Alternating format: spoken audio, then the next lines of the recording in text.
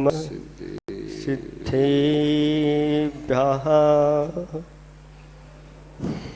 ॐ नमः सिद्धेभ्यः। ॐ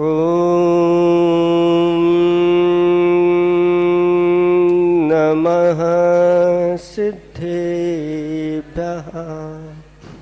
अनेकांत की कांति से मिटाते मेरे कांत, नितांत हर्षित कर दिया किलांत विश्व को सा। निश्रेयस सुख धाम हो हे जिनवर सिरया, तो थुति सरवर में सदा होवे मम अवगा। देवादिदेव खजराट श्री श्रांसनाथ भगवान की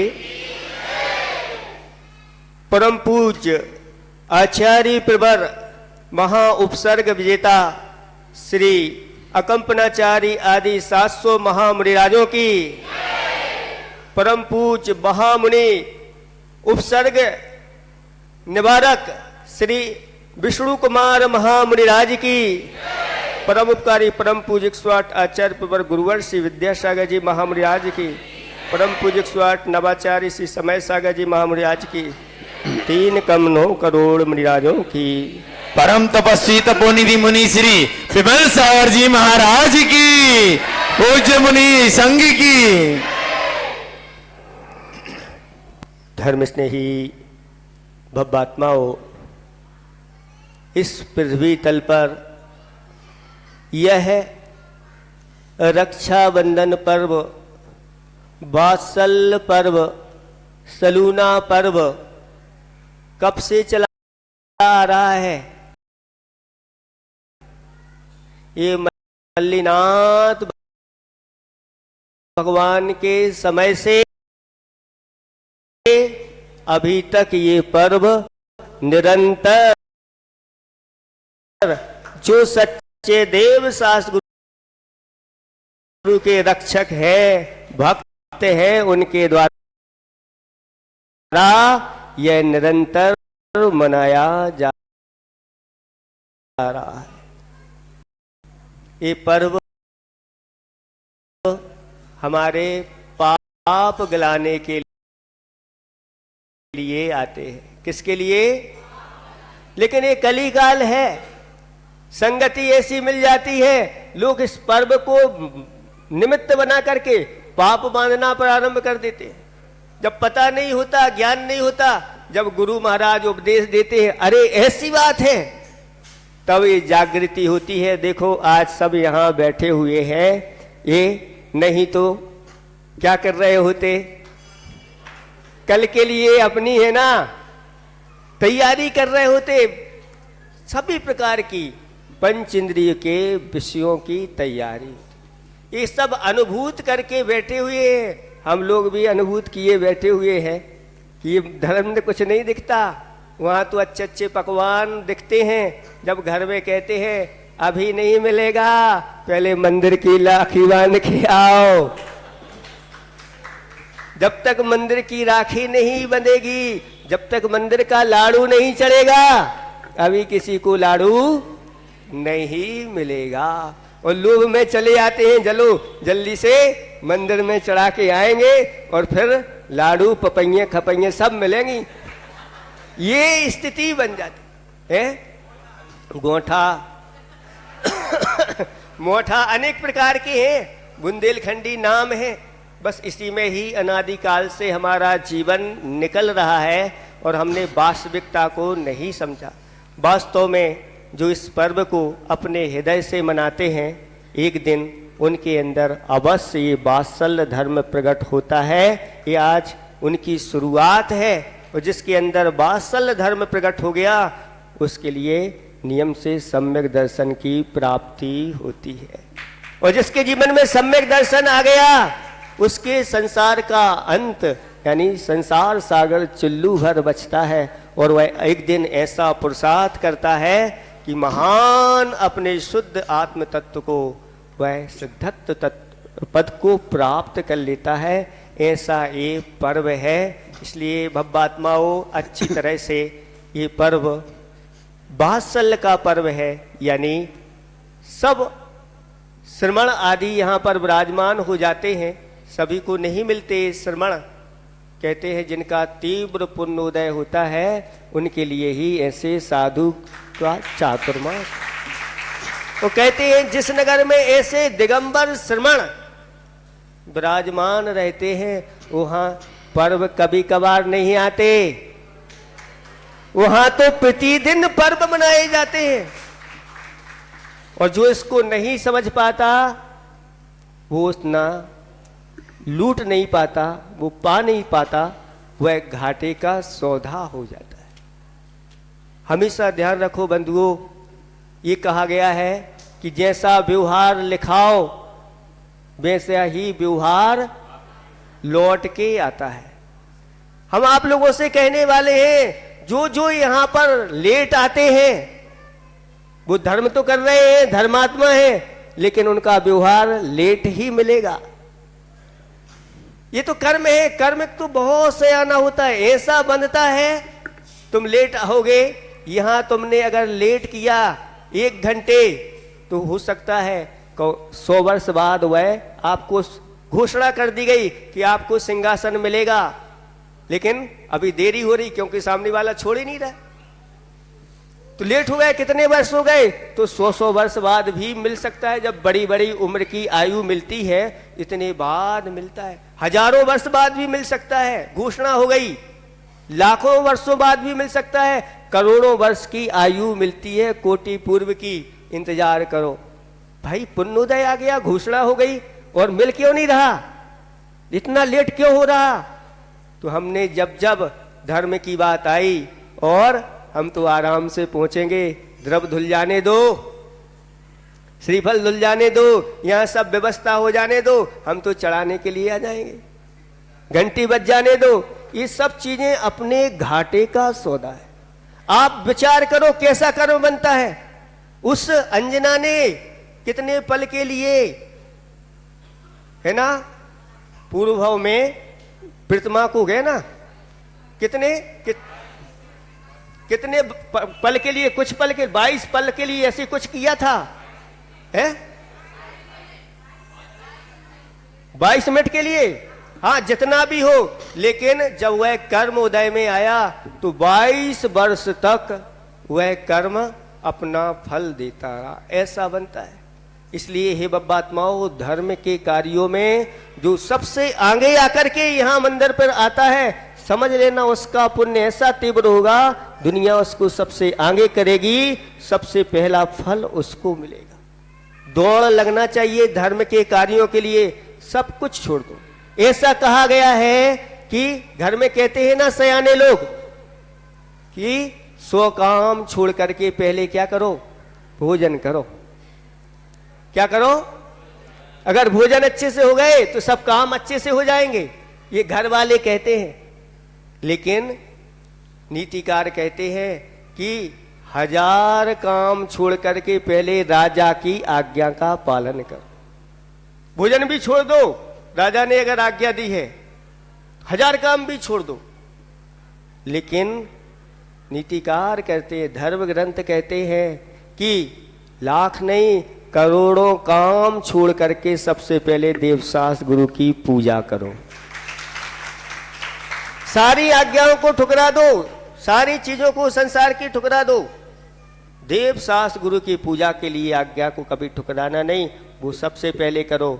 अगर राजा के पास पहुंचे, क्यों लेट हो गए, हम भगवान की पूजा कर रहे थे, प्रसन्न हो जाएगा आपके ऊपर और देगा। पुजारी है, भगवान का भक्त है। ये महिमा समझो इसकी। जब तक हम इसकी महिमा नहीं समझेंगे, हम ऐसे धर्म के कार्यों में उदासीन होंगे। आप लोग बहुत जागृत हैं, लेकिन अभी बहुत सारे लोग, क्योंकि आज बाजार का दिन है इसलिए सबको क्षमा है, कोई चिंता की बात नहीं। अच्छे से कमा लो जिन्हें कमाना है, क्योंकि ये फिर मिलने वाला नहीं। कब कमा पाओगे? अनंतों काल से कमाते आ रहे, सब गमा दिया। चूक गए। हमने कहा था अवसर पर चूक जाना सबसे बड़ी। मैं चूक गया एक बार। ये सब लोग जो है ना उस समय गिरनार जी की यात्रा के लिए गए, जब हम लोग घर में थे, उस समय की बात है। और मैं व्यापार में लग गया, व्यापार अच्छा चल रहा था और ये लोग अच्छी तरह से यात्रा करके आए। आचार्य भगवंत का संग भी गया था उस समय। लेकिन आज तक मैं पछता रहा हूं कि कहाँ मैं लोभ में फंस गया और आज तक वहां की वंदना हमें नहीं हो पाई। ये तो बार बार जिंदगी के क्षण व्यापार आदि के बार बार आते हैं, ये तो मिलते रहेंगे। लेकिन ऐसे क्षण वर्ष में एक आध बार, और मुनिराजों के सानिध्य में तो कितने वर्ष बाद आया, 12 वर्ष बाद आया। और पिछली बार जो है 12 वर्ष पहले मुनिराज मिले थे, अब 2013 में आया था, 11 वर्ष लगभग हो गए। 12 का हमने सुना था, 12 का चातुर्मास। अच्छा, 13 में तो लगभग आपको 11 वर्ष हो गए। कितने वर्षों बाद मिलता है ये दुर्लभ क्षण, और अगर इसको गमा दिया तो यूं ही चला जाएगा। इसलिए कल आप लोग देर नहीं करना, समय से आना। आज ज़्यादा कुछ सुनाने का भाव नहीं था, थोड़ा सा आपके लिए आशीर्वादक, क्योंकि आपको और 400 वर्ग चढ़ना है आनंद के साथ। आप लोग सब तैयार हो करके, और ये राखी ऐसी राखी नहीं, ये राखी रक्षा की राखी है, रक्षाबंधन है, धर्म की रक्षा के लिए। ये सिर्फ भाई बहन का ही कार्य नहीं है, ये धर्म की रक्षा का सूत्र है। प्रत्येक व्यक्ति को एक दूसरे के हाथ में ये राखी बांधना चाहिए। प्रत्येक महिलाएं अपने एक दूसरे की बहन को, नहीं तो ये सुनते हैं कि भैया बहन भाई को ही बांधे, ये नहीं, पति पत्नी को, हाँ पति पत्नी को बांधे, पत्नी पति को बांधे, कोई बात नहीं। ये भाई बंधन भाई बहन का नहीं, ये धर्म की रक्षा का। आओ हम दोनों संकल्प लेते हैं आज से कि जब भी धर्म के ऊपर आपत्ति आएगी, हम लोग दोनों मिलकर के तैयार हो गए। ऐसी घटनाएं सुनाई जो पति ने कहा कि ऐसी संकट आए हैं, हम ऐसा करने जा रहे हैं। पत्नी कहती है ये सब क्यों छोड़ के जा रहे हैं, लो मेरे जेवरात जितने ले जाना है, इनके द्वारा रक्षा होना चाहिए, समर्पित कर दो। तो कहीं दोनों का ही इसमें योगदान होता है, माताओं का भी होता है, बहनों का भी योगदान होता है, तो भाइयों का भी इस प्रकार से योगदान इनमें होता है। एक दूसरे से संकल्प हो करके। और आपको पता होगा कि जब उन मुनिराज का वह उपसर्ग दूर हुआ था और उस दिन पूरे नगर में चौके लगाए गए थे और ऐसा पड़गाहन हुआ था कि बहुत सारे चौके खाली हो गए थे, और पूछा, उनकी आंखों में आंसू आ गए कि हम तो रह गए, वंचित हो गए, क्या करना है। तो उन्होंने महाराजों ने उपदेश दिया, चिंता नहीं करो, जिनके यहाँ ऐसे मुनिराजों के आहार हुए हैं, तुम ऐसा करो उनको ले जाओ अपने यहाँ, जिनके यहाँ आहार हुए हैं, बहुत पुण्यात्मा है, पवित्र आत्मा है वो, आप उनको अपने यहाँ आहार करा दो, तुम्हारे लिए भी पुण्य का पूरा पूरा फल मिल जाएगा। कैसी महिमा है। इस पर्व को नहीं समझने के कारण लोग सिर्फ खाने पीने में ही, मौज मस्ती में ही इस कार्य को, इस समय को निकाल देते हैं।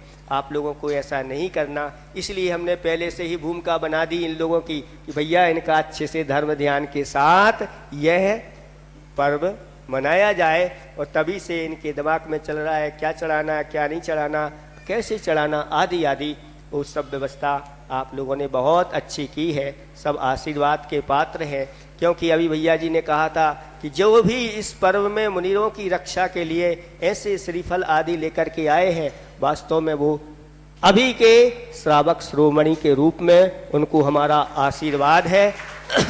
और जिन्होंने अपना समय निकाल करके यहाँ पर दिया है, वो हमारे लिए नहीं है। ये तो कहने को होता है कि हम भगवान के लिए समय निकाल के आए, महाराजों के लिए निकाल के आए, नहीं, ये समय आपने अपने लिए निकाल लिया, आपकी रक्षा अपने आप। फिर नमोकार का जाप, अपनी रक्षा अपने आप, नमोकार का जाप, अपनी रक्षा अपनी आप। बोलो, शुकर ने रक्षा की थी किसकी? मुनिराजों की, कि उसने अपनी रक्षा की थी।